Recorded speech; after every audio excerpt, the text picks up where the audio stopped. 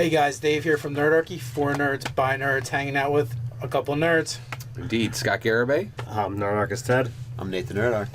And today we want to talk about, we just wrapped up our very first session of the new Star Wars game put out by Fantasy Flight Games. Fantasy Flight Games.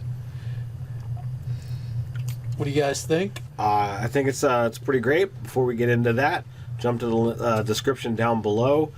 Sign up to the Nerdarchy newsletter. You'll get emails sent to you with cool tips and find ways to game with us. And another thing, we are talking about Star Wars, and while this is not full of spoilers, the actual gameplay is full of spoilers. Yeah, so we're going to stay away from the actual topic in the game, just because we don't want to spoil anything for you guys.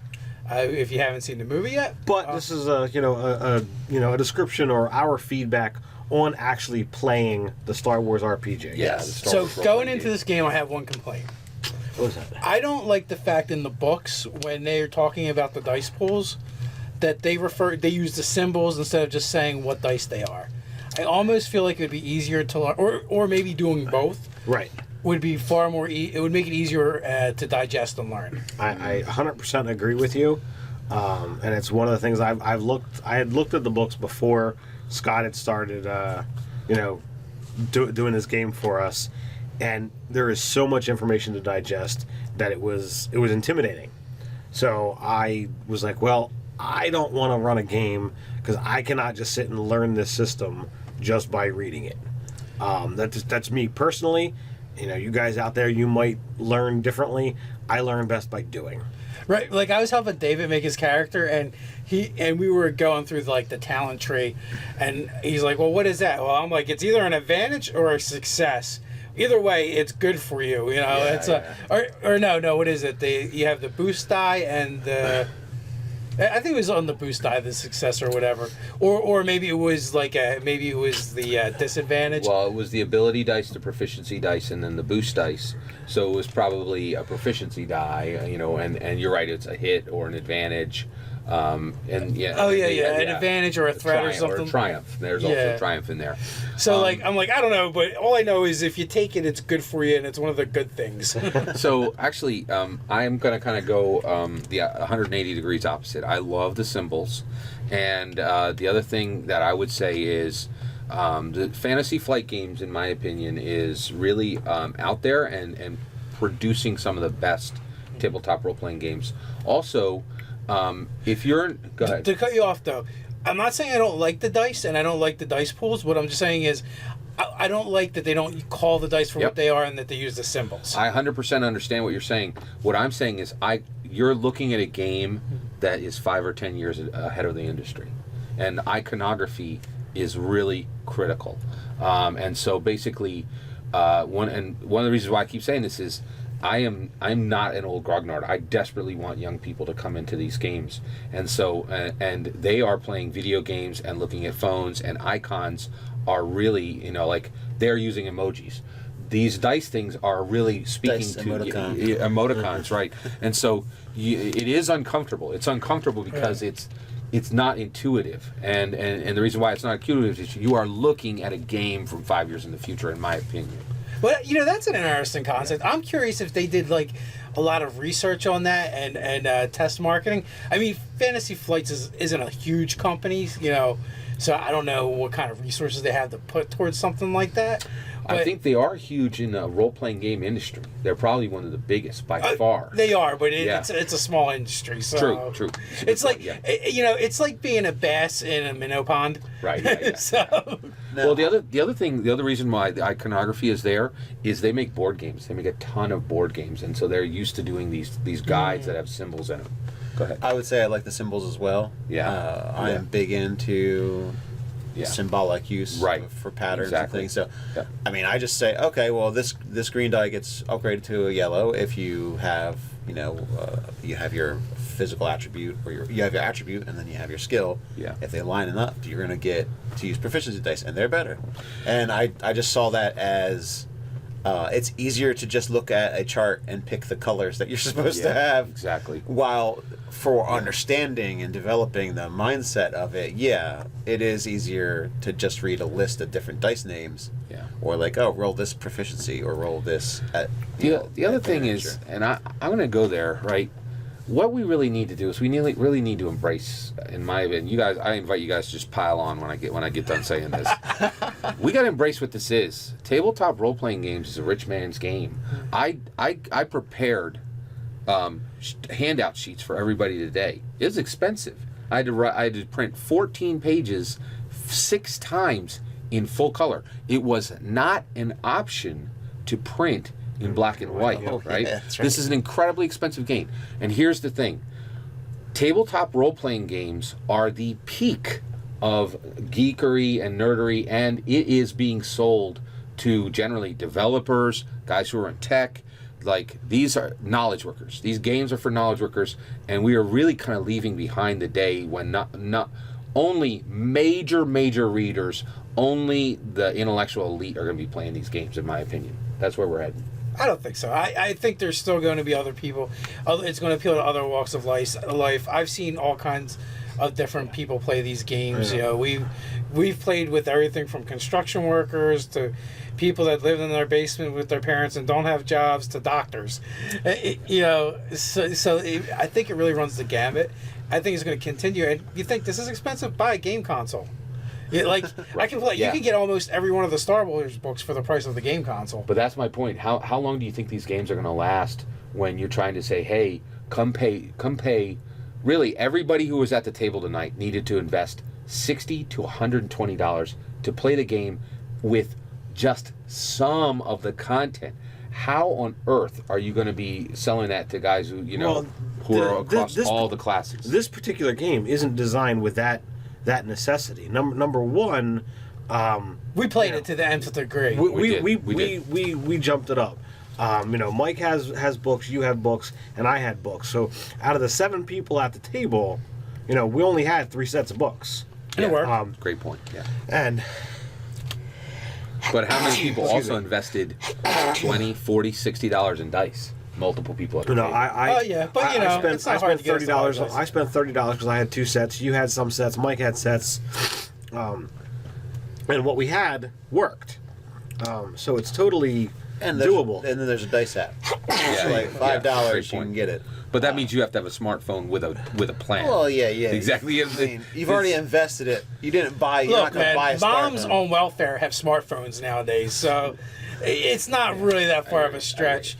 People in third world countries, they don't have a computer, but they have a smartphone. A lot of them do. I hear you. So it's out there. Now the other thing is yes, the core books retail for $60 a piece, and we went with all 3 core books. You only need one of them. You technically can say, well, I'm going to run an Edge of the Empire game, or I'm going to run a Force and Destiny game, or I'm going to run an Age of Rebellion. And they're pretty much complete books. And they are. They absolutely really are. Every single book has all of the information you need. So if you say, well, I'm going to run one compact book, and that's the game I'm running, each game is its own style. So you pick which one you want to do. And if you feel, wow, everybody really likes this, you can then say, well, let me invest a little bit more and get another book. Honestly, I feel like we've talked about the cost and the price in different videos and stuff like that. Agreed. We've already accepted that we play this game. We spent what it costs to play it. Now it's about, we played this game. What do we think of the game? Right. Did we enjoy the mechanics? How everything flowed? So I definitely like the dice pool, and I totally understand building. All right, this is what I get, and there's ways of getting extra things added in. It is definitely different from just saying, well, let me accumulate pluses, because the pluses always move you towards a success, whereas getting more dice does not always do that. It ups your chances, but if it's like, okay, well, if my target number is a 12 and I get a plus 11 to hit, the only thing I have to do is roll a 2 or higher. That gives me that much higher. Whereas I feel at 2 times during the session, I had a really good dice pool and I expected a good outcome, and it didn't happen. Five boost dice look like a lot, but they don't really get you far. I have a question. What do you guys think of the physical act of getting over those dice and starting that sort? Like, you roll, when you're playing a D&D game, you maybe got, you roll them and you count them. Here, you are moving dice in and out. What did you guys think of the physical? I feel like it's a mini game. Yeah, inside I totally inside agree. Of the game. Totally agree. Yeah. I think with repeated play, I'll recognize the symbols easier and just be able to say, okay, all right, done. This is what it is, and it's for me like, all right, I know the success and the advantage, but I still haven't totally gotten into my head which one is the failure and which one is the threat. Yeah. Once I've got that done, I'm gonna be golden. The sword is easy. The sword, Yeah. that part of the game is really easy. You can go through it pretty quick, and then it's cool. And then you abdicate what it actually means. Right. That happened, which is kind of cool. And as we learn more about what you can actually do with those results, Yeah.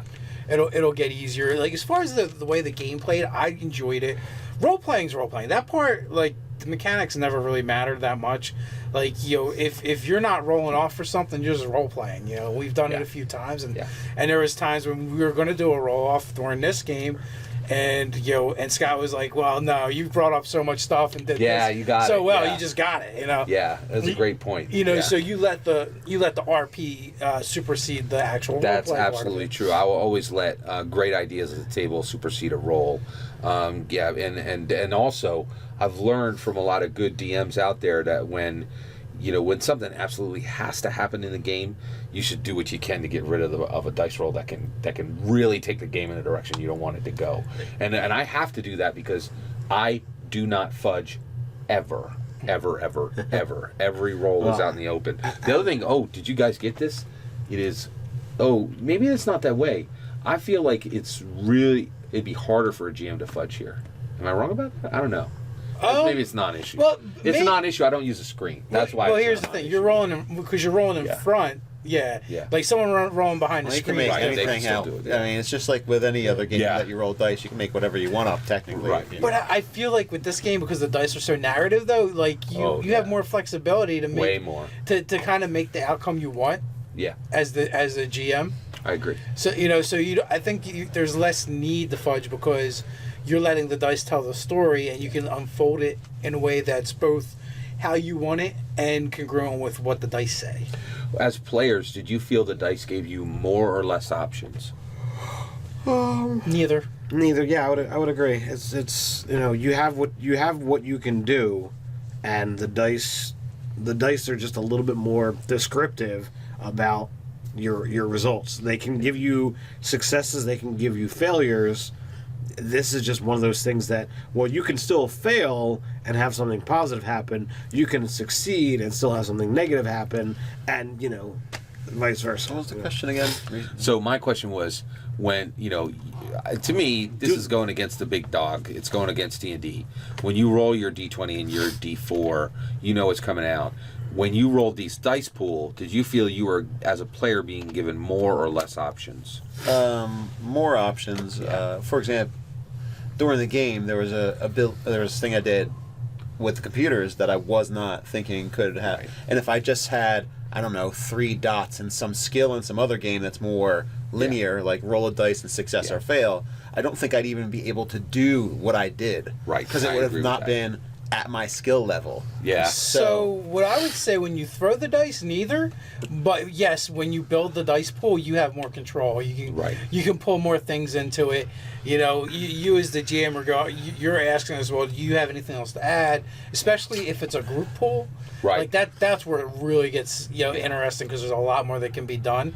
Yeah. I felt like the game ran pretty cinematic as far as the stuff that was going on.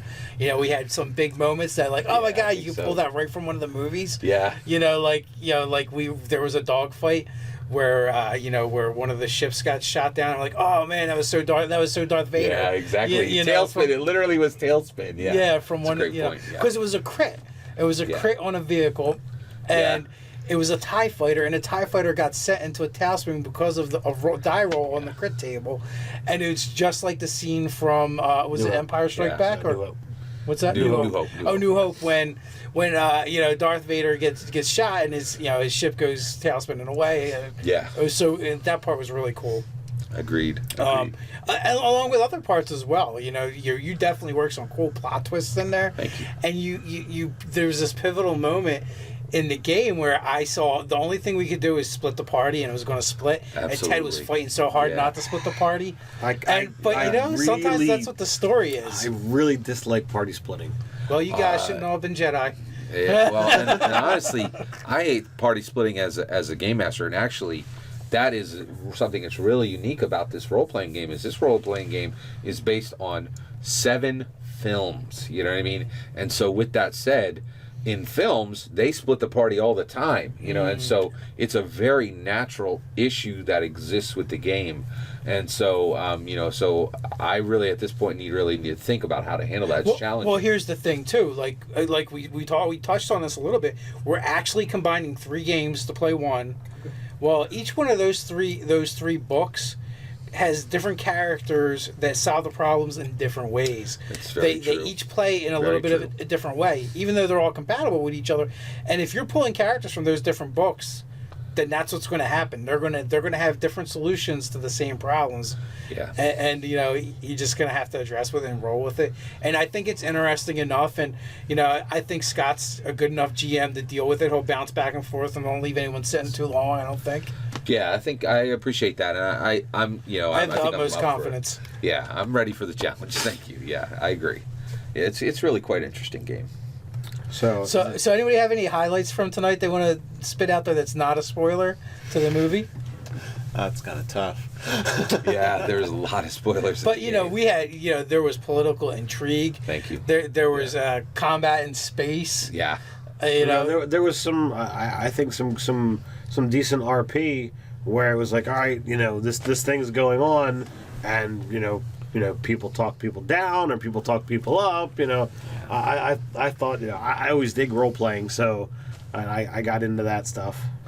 I feel like from where this game goes to the next movie, like there's going to be a lot of stuff that from the next movie Scott's just going to have to throw out as canon because we're creating the Star Wars universe as we go. Well, I don't mean to burst your bubble there, Dave, but no, knowing how Scott runs things, that's true. We're going to have our story arc that's going to be done well before. Yeah, probably 3, 5, 7, 9 sessions max. Yeah. No. We're going to keep him going for years. We're going to break him. I mean, it may require break the cycle. We thought imperial restraints. I convinced Scott to go with a.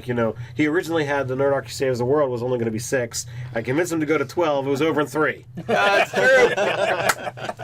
But I have to say, I just got Dragon's Age tabletop role playing game for Christmas. So I saw that. 3, 5, 7 sessions. No. I had a definite highlight. So we did get to have that StarCraft battle at the beginning, and I was really excited because I have a game that's 5, 6, 7 years old now, which is it's actually a StarCraft battle game, which basically for Star Wars that was sold all over 5, 6, 7 years ago, and I played the game then.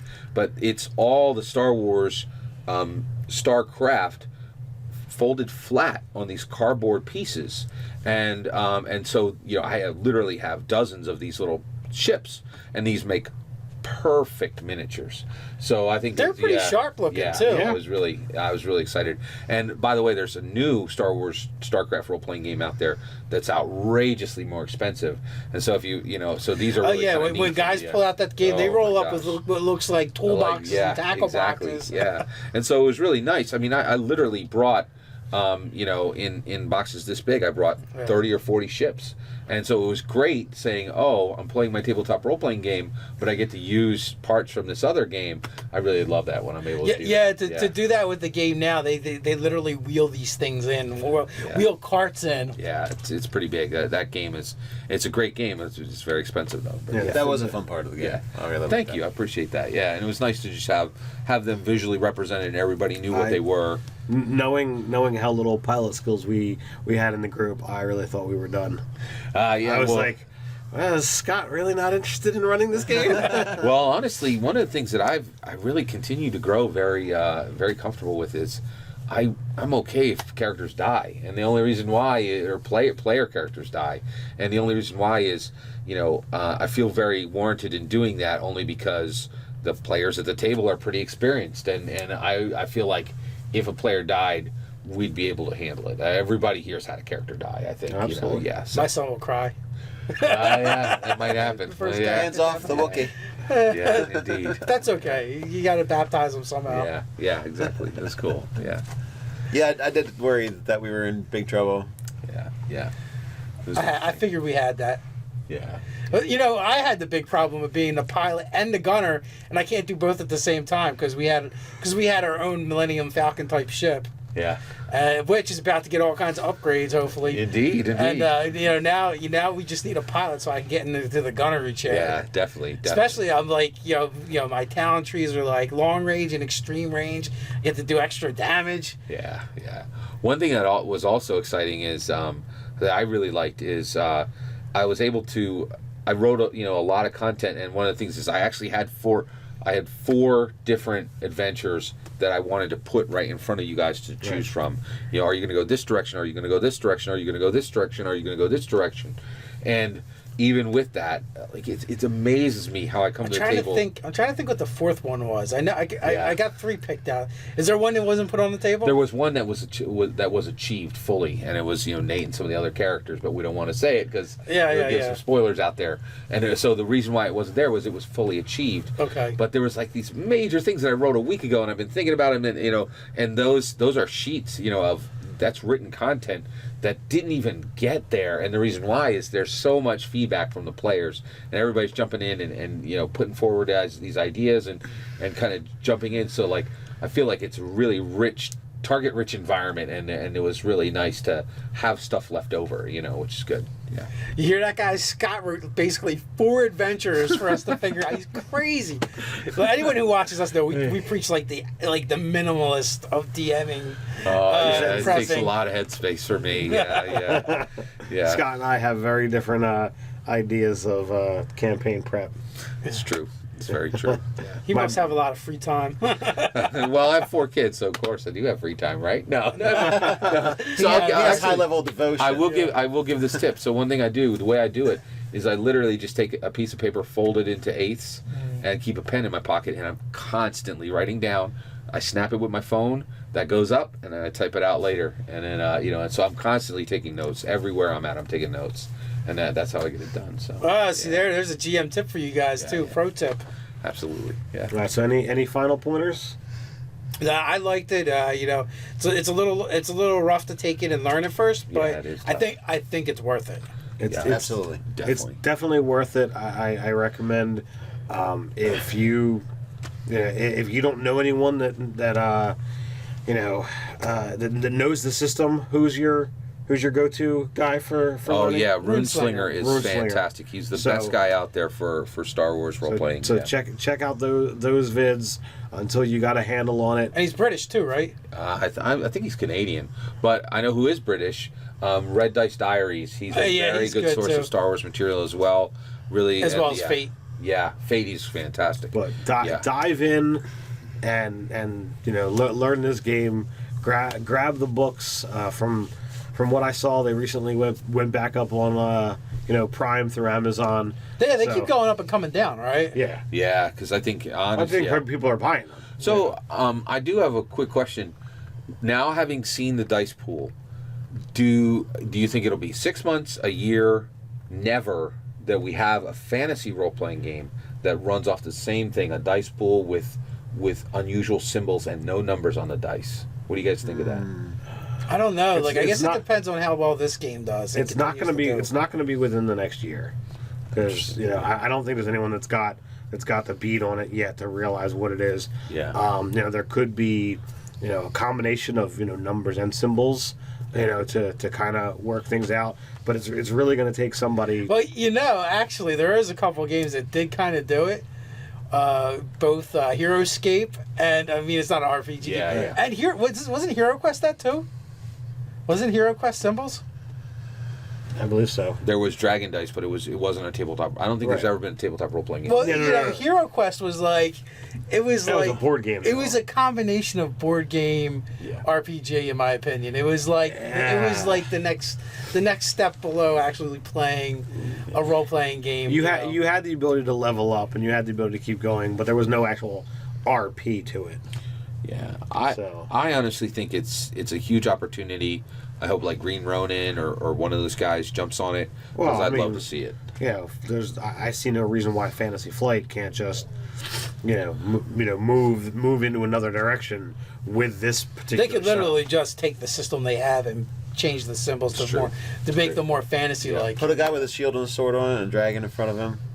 Fantasy Flight does fantasy. Yeah. What a surprise. It'd be interesting to see. I hope they do. I would love to see it. What do you guys think about the Star Wars RPG? Have you played it yet? What would it take to get you playing? Put your thoughts in the comments below. While you're at it, like, share, and subscribe. You can check out the articles over at nerdarchy.com. While you're there, you can check out Nerdarchy, the store. So until next time, stay nerdy.